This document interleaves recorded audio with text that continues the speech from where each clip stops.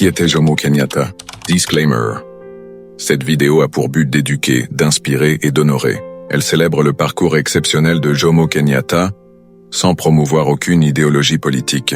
Ce récit s'inscrit dans une démarche de transmission culturelle et de mémoire. Keretana.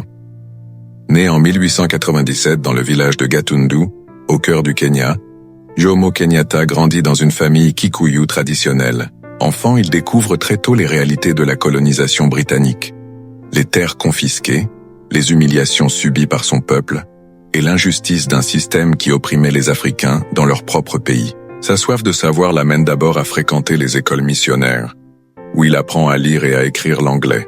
Mais son ambition dépasse les frontières de son village.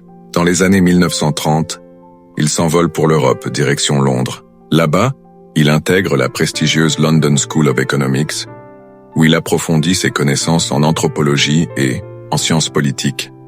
Il y rencontre d'autres futurs leaders africains, parmi lesquels Kwame Nkrumah, futur président du Ghana.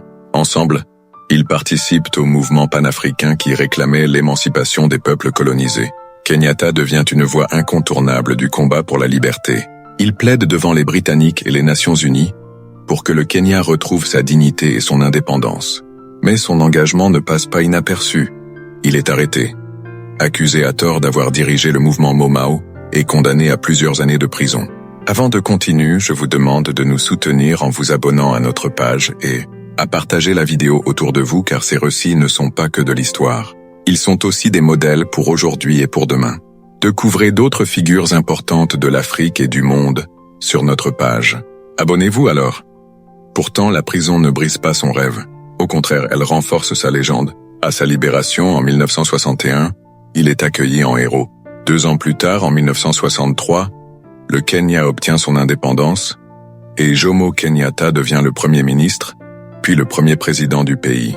À la tête du Kenya, il mène des réformes majeures. Il prône la réconciliation entre les communautés, malgré les blessures laissées par la colonisation. Il œuvre pour la redistribution des terres aux paysans kenyans. Il mise sur l'éducation et l'unité nationale avec sa devise célèbre, Harambee, qui signifie « tirons tous ensemble ». Ses rapports avec les autres leaders panafricains, relations avec Kwame Nkrumah, Ghana. Kenyatta et Nkrumah se sont rencontrés à Londres dans les années 1940, lors des congrès panafricains. Nkrumah prônait une Afrique unie immédiatement, les États-Unis d'Afrique, tandis que Kenyatta était plus prudent, privilégiant d'abord la construction d'un État kényan stable, avant de penser à l'unité continentale. Malgré ces différences, ils partageaient une vision commune.